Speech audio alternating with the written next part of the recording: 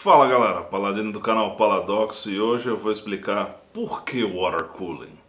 Vamos lá!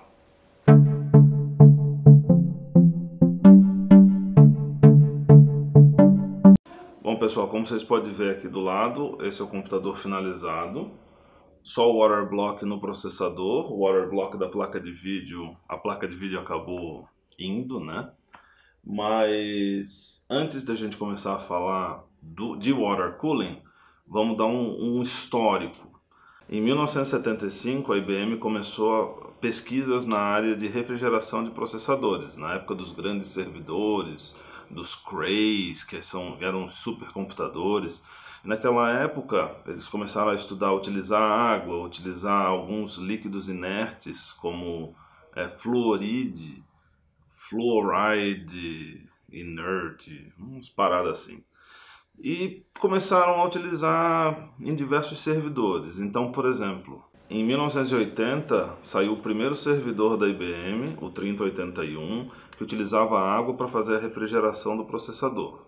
Aí depois lançaram o 3090, isso foi em 1990, o ES3090. Esse daí, se eu não me engano, era o servidor principal da universidade que eu trabalhava. E tinham diversos terminais burros, como eles chamavam, ligado nele. Já vi pela década de 90, alguns entusiastas começaram a utilizar refrigeração a água nos seus computadores. Mas aí nos anos 2000 começou a ficar mais difundido, principalmente depois que a AMD lançou a linha Athlon. Eu cheguei a ter um Athlon 1.2 GB, que a torre dele ficava aberta com um ventilador da Britânia conectado do ladinho assim para poder resfriar mesmo, porque era impossível utilizar o computador sem a lateral aberta e uma capacidade externa de fazer o resfriamento do processador. Antes de falar do Athlon, vamos falar os computadores que eu tive antes. O primeiro deles foi um 486 DX40, com um processador da Cyrix. Esse daí ele tinha só um dissipador, era um pedaço de alumínio grudado no processador, mas isso acabou ficando difundido mesmo, começou a precisar de verdade de dissipadores sem a ventoinha, no 486 DX2. No 486 DX4 100 MHz, além do dissipador, eles já iniciaram a utilização de ventoinhas em cima do dissipador. E aí do Pentium para frente isso virou commonplace. Então todos os processadores, depois dessa época, depois do DX4, depois dos Pentium, todos eles precisavam do dissipador e da ventoinha. Bom, depois dos Pentiums, a AMD lançou o Athlon, a Intel lançou o Pentium, Pentium-D e assim por diante. Todos eles têm pelo menos um dissipador de alumínio ou de cobre, e aí tem diversos jeitos de fazer a dissipação de calor de um processador. Mais ou menos em 2010, por aí, começaram a sair as primeiras marcas de water cooling, e começou a existir vamos colocar assim, um universo paralelo que fazia, né, coisas nesse estilo. Antes eles utilizavam bastante equipamento de aquário, eu vi bastante coisa diferente na internet, mas né, não vem ao caso aqui. Mas por que fazer um sistema refrigerado a água como esse daí? Mesmo sendo apenas o processador, originalmente era para ter a placa de vídeo, né? Mas paciência. O principal mesmo é a capacidade de resfriamento. Então o ar ele não é um meio bom para dissipar calor. Então a água é muito melhor. Por isso que esse é um sistema que a gente utiliza. A água passando por uma base de cobre, ela dissipa muito mais calor do que um contato de cobre no processador ou em qualquer um dos processadores que vão no computador com ventilação forçada, né, com uma ventoinha. Então, basicamente, ele é muito, muito superior na capacidade de extrair calor dos componentes eletrônicos. Outra coisa que é extremamente vantajosa é a falta de barulho. Então, nesse caso, eu tenho 3 ventiladores ligados num radiador. E aqui eu tenho uma bomba e um reservatório de água. Isso daqui é extremamente silencioso. Essa placa de vídeo que eu acabei tendo que comprar, ela, como eu não rodo nada em 4K, ela no máximo funciona a 20%, que dá 300, 400, 500 RPM. Quando eu estou jogando, eu não jogo em 4K, então ele acaba não exigindo muito da placa de vídeo. Bom, já tem uma capacidade superior de retirada de calor, operação silenciosa, como pode ver, o computador está funcionando, sem fazer nada demais, mas ele está funcionando. A gente tem também a capacidade de overclock. Como a gente tem um método melhor de retirada de calor, a gente consegue colocar mais estresse no componente para ele gerar mais calor. No meu caso aqui, o meu processador é 4.2 GB e ele funciona a 4.9 GHz. Então é um aumento de, pelo que eu vi ali no sisteminha, com a memória e com o processador, é um aumento de 16%. Então um sistema antigo, para colocar um bloco de água e fazer todo o resfriamento por água, ele acaba tendo uma sobrevida, porque é possível overclockar, né? É possível retirar mais do componente, pela vantagem do sistema de resfriamento.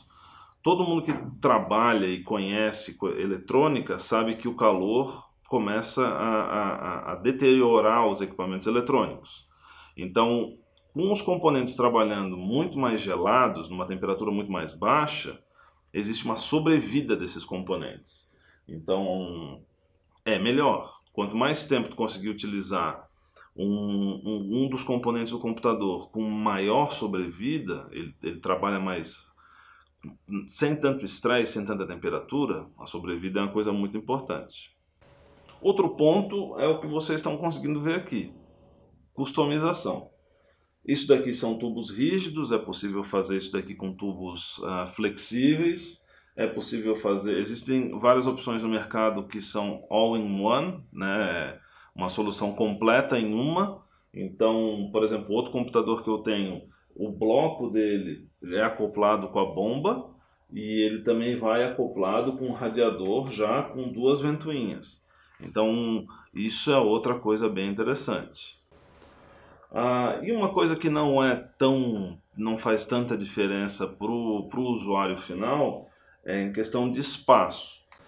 Mas essa placa de vídeo ela ocupa 2 slots. Existem alguns casos com algumas placas de vídeo agora ocupando 2,5 slots. Então, se eu for tirar essa carenagem toda da placa de vídeo e colocar um water block nela, como eu cheguei a fazer originalmente para esse computador, eu economizo espaço, então acaba ficando um visual muito mais clean. E basicamente são esses os principais motivos. Performance de resfriamento, o quanto ele vai conseguir tirar de calor dos processadores, seja da placa de vídeo ou da placa-mãe. Operação silenciosa, é só uma bomba e os ventiladores conseguem rodar numa velocidade bem baixa, então como dá para ver aqui, não dá para escutar o sistema funcionando. A facilidade que tem para fazer overclocking, o aumento do tempo de vida dos componentes, por trabalhar com uma temperatura menor, eles vão ter uma sobrevida muito maior. A customização, dá para fazer obras de arte, não como essa que tem aqui, porque essa daqui acabou sendo uma enjambração pelo fato de não ter o bloco da placa de vídeo, mas no bloco da placa de vídeo tinha uma curva super grande, uma coisa bem legal. E a diminuição do espaço dos elementos que fazem a dissipação de calor. Então, se olhar o bloco do processador, ele é minúsculo, ele é 20 milímetros por 50 por 50. O profile dele é super pequeno. Se fosse utilizar um método de resfriamento por ar, o volume é muito grande. Eu lembro que o primeiro Pentium que eu comprei um cooler muito grande. Era um cooler da Thermaltake, todo especial, com heat pipe, uns tubos de cobre aqui por dentro. Uma coisa maluca, porque é muito calor. E não tinha overclock, não tinha nada. Então, assim, é clean, é muito mais legal. e te dá a oportunidade de fazer trabalho manual, assim. Eu gosto de fazer esse tipo de coisa, tanto que se tiver alguém aí na região de São Paulo que quiser montar um monstrinho desses daqui, quiser ajuda, eu tenho todos os equipamentos para fazer isso daí. Eu explico até o que comprar, o que não comprar, onde comprar e vamos montar junto. A gente já faz um vídeo no YouTube, porque eu acho que da segunda vez eu vou provavelmente não queimar a placa de vídeo. Eu acho. Bom, basicamente, o que precisa para montar um sistema como esse daqui?